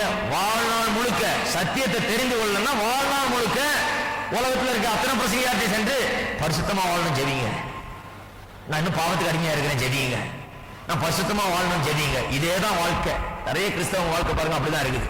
பரிசுத்தமா வாழணும் ஜெபிங்க. என்ன அவங்க ஏதோ ஒரு மேஜிக் எதிர்பார்த்து கொண்டிருக்காங்க. அவங்க நினைக்கிறாங்க முன்னால போய் நின்னோன்னு இவர் தலையில வச்சு ஜெபம் பண்ணி பரிசுத்தம் தானா வந்துடும், இனிமே பரிசுத்தமா வாழ்ந்துடலாம். மேஜிக் ஃபார்முலா கிடையாது. ரோமர் 6ஆம் அதிகாரத்தின்படி பரிசுத்த வாழ்க்கை ஏதோ ஒரு நாள் வருகிற விடுதலையினால் அல்ல, இது தினந்தோறும் நம்முடைய அவயவங்களை பரிசுத்தத்தை நடப்பிக்க முடியாத நீதிக்கு ஒப்பு கொடுக்கிறதுனாலே, சில சத்தியங்களை அறிந்து நம்முடைய பழைய வாழ்க்கை எவ்வளவு கேவலமானது, எவ்வளவு பயனற்றது, எவ்வளவு மரணத்துக்குள்ளாக நம்ம நடத்துவது என்று அறிந்து உணர்ந்து அது வேண்டாம் என்று ஒவ்வொரு நாளும் தள்ளுகிறதுனாலே பரிசுத்த வாழ்க்கையில நாம் வாழ முடிகிறது. பாருங்க, ஜனங்களுக்கு அறிவுனா தான் வேணான்றாங்க. அறிவு கட்ட எதையாவது பண்ண சொல்லுங்க, சிலர்லாம் ரெடி. ஆதிக்குரிய மக்களை சொல்றேன் நான், அதுக்கு ரெடி. அர்ஜம் பண்ண சரியாயிட்டாரா? அப்படியா? ஓ, அவரு பண்ணிதான் அப்படி ஆச்சு, நல்லாயிட்டாரு, இப்ப ஒண்ணு நல்லா பண்றது இல்லை, சரி அங்க கொண்டு போடுவோம். அப்ப எப்படி இருக்கு பாருங்க, எவ்வளவு சொன்னாலும் புரியுது. அப்புறம் ஏன் இதெல்லாம் ரோமர்ல 6ஆம் அதிகாரத்தில் இவ்வளவு போதிக்கிறாரு அவரு? பழைய வாழ்க்கையை பட்டுக்கலாம் அப்படி சித்தரிச்சு. ஏன்னா இதை கேட்டுட்டு இதை உணர்ந்துட்டு ஐயோ அந்த பழைய வாழ்க்கையா, அது வேணாம், வேதம் எப்படி சொல்லுது, அது கேவலமா, அது வந்து பயனற்றதான், அது ஒன்றும் பிரயோஜனமற்றது, அது மரணத்துக்கு நடத்துது, அது வேணவே வேணாம், இனி நான் அதுல நுழையவே மாட்டேன் அப்படின்னு ஒரு தீர்மானத்தை நீங்க தினந்தோறும் எடுக்கணும். எல்லா சூழ்நிலையிலும் எடுக்கணும். ஒரு கேவலமான காரியத்தை செய்ய சோதிக்கப்படும் போது என்ன பண்ணணும்? அந்த தீர்மானத்தை எடுக்கணும். ஐயோ அதான் நான் செய்ய மாட்டேன், இந்த கேவலம் எனக்கு வேணாம், அந்த சாக்கடை எனக்கு வேண்டாம், இந்த அசுத்தத்தை நான் தொட மாட்டேன், இதுல நான் கையை வைக்க மாட்டேன், இதுல நான் காலை வச்சு இறங்க மாட்டேன், இந்த காரியத்தில் நான் ஈடுபட மாட்டேன், இது தேவையில்லை, பிரயோஜனமற்றது, கேவலமானது, மரணத்துக்கு நடத்தக்கூடியது, வேதம் சொல்லி இருக்கிறது, இது எனக்கு வேண்டாம் என்று ஒவ்வொரு நாளும் அப்படி வெறுக்கணும். அதுதான் பரிசுத்தத்துக்கு நேராக நம்மை நடத்துகிற வாழ்க்கை. சிலர் சொல்றாங்க, இதெல்லாம் என்னையா ரோமர் 6ஆம் அதிகாரம், நான் கர்த்தரை நம்பி இருக்கிறேன்.